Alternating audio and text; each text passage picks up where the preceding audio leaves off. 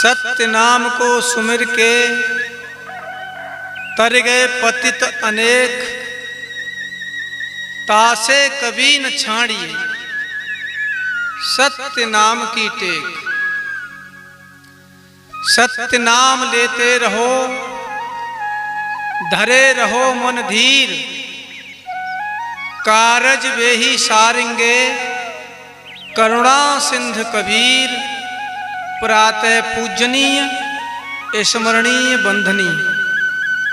मेरे हृदय मंदिर के आराध्य सतगुरु कबीर साहब के पतित पावन चरण कमलों में कोटि कोट बार सहाय बंदगी करते हुए मेरी पूज्य संत समाज साहब के तमाम नेमी प्रेमी भक्तों, भक्तिमती माता बहनों, भाइयों,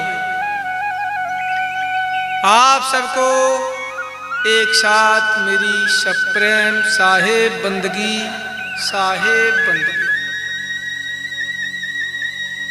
मेरी आत्माओं, हम आप सभी इस मृत्युलोक भवसागर में परमात्मा का ध्यान चिंतन भजन करने आए हैं और लक्ष्य और राशि योनि से हमें मानुष तन में ये अवसर मिला है।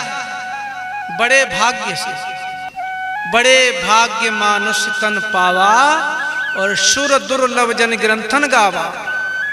बाबा गोस्वामी तुलसीदास ने कहा है, बड़े भाग्य से हमें यह मनुष्य का तन मिला है।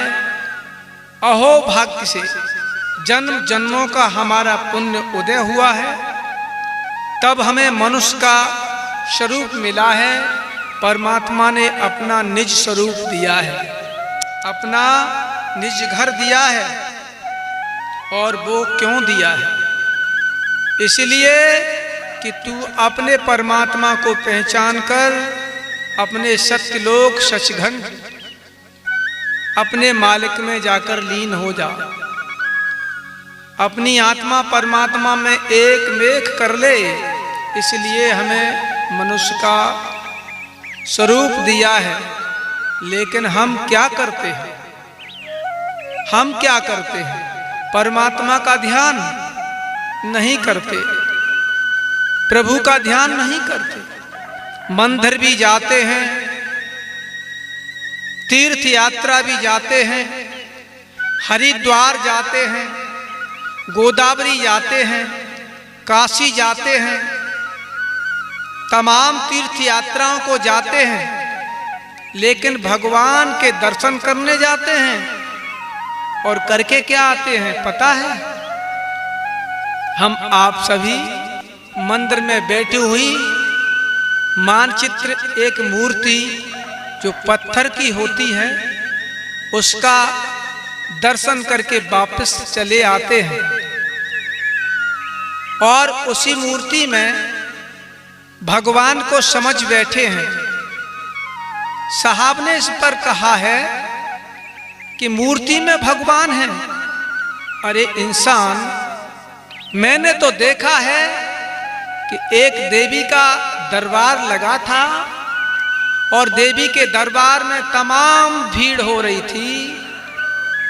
लाखों लोग देवी की पूजा कर रहे थे।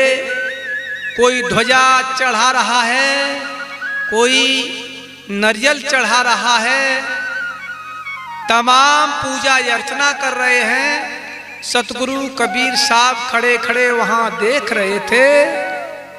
तो क्या देख रहे हैं? कोई मुर्गा ला रहा है, मुर्गा जिंदा है, उसकी बलि देने ला रहे हैं। कोई बकरा ला रहा है, बकरा जिंदा है, उसे अपने प्राण प्यारे हैं, लेकिन जबरदस्ती खींच कर लाया जा रहा है। कोई नारियल प्रसाद हाथ में लिए है, खड़े खड़े पेशाब भी कर रहा है और उन्हीं हाथों से जाकर फेंक करके देवी पर चढ़ा रहा है। ये सारे आडंबर पूजा को देखकर साहब से नहीं रहा गया। तब साहब ने कहा कि इन तीर्थ यात्राओं में जाने से मूर्ख बंदे, तुझे कुछ प्राप्त नहीं होगा।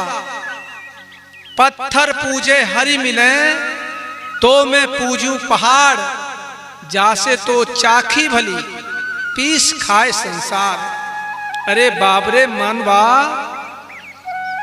पत्थर को पूजने से भगवान मिले तो मैं पत्थर की बजाय एक पहाड़ को जाकर पूजूं? नहीं मिल सकते ना, पत्थर में भगवान नहीं है। जीते जागते इंसान में भगवान है। भगवान का सच्चा घर तो इंसान के हृदय में है। तुम जाते हो दर्शन को तो कभी तुमने मंदिर में पैसा चढ़ाया, रुपया चढ़ाया, और कभी भूखे भिखारी मंदिर के आसपास बैठे मिलते हैं, उन्हें कभी भोजन कराया, उनको कभी 2 रुपए देकर आए? अरे मेरे भाई, तुम्हारी ये पूजा नहीं जो देवी पर बलि दे रहे हो। भगवान के दरबार में दया भाव होता है, मुर्दा को जिंदा किया जाता है, और तुम देवी के दरबार में जिंदा को मुर्दा कर रहे हो। तब सतगुरु ने कहा था कि बकरे की भेंट चढ़ा रहे हो, मुर्गे की भेंट चढ़ा रहे हो। बाबरे इंसान, ऐसी देवी से तो बिगर पूजा के ही अच्छे। तब कहा कि पत्थर पूजे हर मिले तो मैं पूजू पहाड़, जासे तो चाखी भली पीस खाए संसार। ये पत्थर की पूजा करने से और तीर्थ यात्रा करने से तुम्हारी मुक्ति नहीं होगी, तुम्हारा पाप क्षीण नहीं होगा, तुम सतलोक नहीं जा सकते।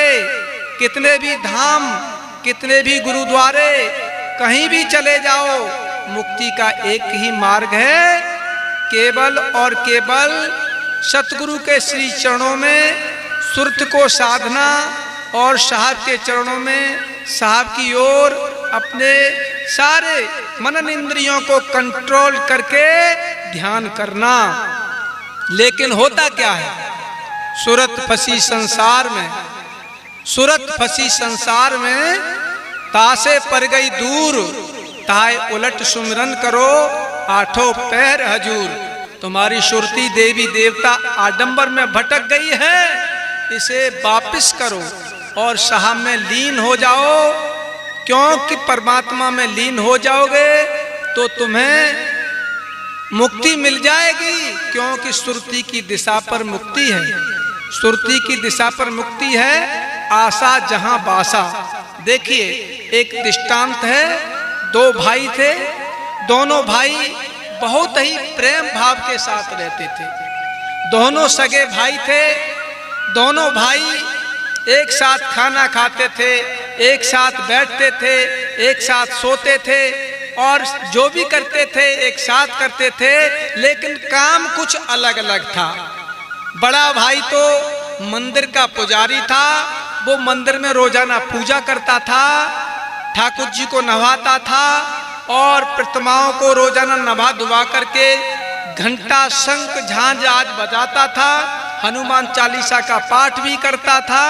और छोटा भाई था, वो वेश्याओं के घर जाता था, वेश्याओं के घर जाकर नाच गाना देखता था, अच्छे अच्छे मधुर गानों को सुनता था, लेकिन सोचता था कि हो ना हो मैं रोजाना वेश्याओं का नाच देखता हूँ, गाना देखता हूँ, और मैं इन गानों में मस्त रहता हूँ, हो ना हो मेरा भैया ही सही है, वो कम से कम भगवान की पूजा तो करता है, वो परमात्मा के आश्रम को तो निलाता है, धुलाता है, परमात्मा की पूजा अर्चना तो करता है, मेरा भाई ही सही है, मेरा भाई ही सही है। उसके मन में ये आशा रहती थी, उसकी सुरती अपने बड़े भाई के ऊपर मंदिर में लगी रहती थी, और जो मंदिर में पुजारी पूजा करता था बड़ा भाई, उसका ध्यान सुरती छोटे भाई के ऊपर लगी रहती। वो बोलता था, रोज के भगवान, रोज के ठाकुर जी, मैं रोजाना नहवाता हूँ, धुलाता हूँ, पूजा करता हूँ, मैंने तो भगवान देखा नहीं। अरे मेरा हो ना हो मेरा भाई बढ़िया है, वो रोजाना वेश्याओं के साथ ऐश मौज तो करता है। उसका ध्यान सुरती छोटे भैया पर लगी रहती थी। जब दोनों की मृत्यु हुई तो दोनों को सतगुरु के दरबार में पेश किया गया, तो वहां पर धर्मराज ने कहा कि ये मंदिर में जो पूजा करता है इसको तो नरक में डाला जाए, और वेश्या के घर जो नाच गाना देखता है इसको सतलोक भेजा जाए। श्रोताओं, सुरती की दिशा पर मुक्ति है। वो मंदिर में पूजा करता था लेकिन ध्यान उसका रहता था वेश्याओं के घर पर, इसलिए उसे नरक जाना पड़ा। और जो वेश्याओं का नाच गाना देखता था उसका ध्यान रहता था मंदिर पर, भगवान के चरणों में, कि भगवान ना हो मेरा भैया अच्छा है, तो उसका ध्यान सुरती भगवान के श्री चरणों में रहती थी, इसलिए उसे सतलोक का दरबार दिया गया। सुरती के दिशा पर मुक्ति है, आशा जहां बासा। इसी प्रकार से जड़ भरत भी मृग की योनि में चले गए थे, क्योंकि उन्होंने भी मृग की आशा की, उसकी पालन पोषण किया, मृग का ध्यान किया। ऐसे कई एक इतिहासों में भागवत में मिलता है कि आशा जहां बासा। तो मेरे श्रोताओं, मेरी आत्माओं, परमात्मा के प्रति अपना ध्यान चिंतन सुरती लगाओ, ताकि हमारे जाते समय भी अगर सतनाम निकल गया, प्रभु का नाम हृदय में आ गया, अपने गुरु की ओर ध्यान हो गया, तो हमारी परम गति हो जाएगी, सतगुरु के हो जाएंगे। इसी भाव के साथ हम आप सबको सब प्रेम साहेब बंदगी करते हैं। साहेब बंदगी, साहेब बंदगी, साहेब बंदगी।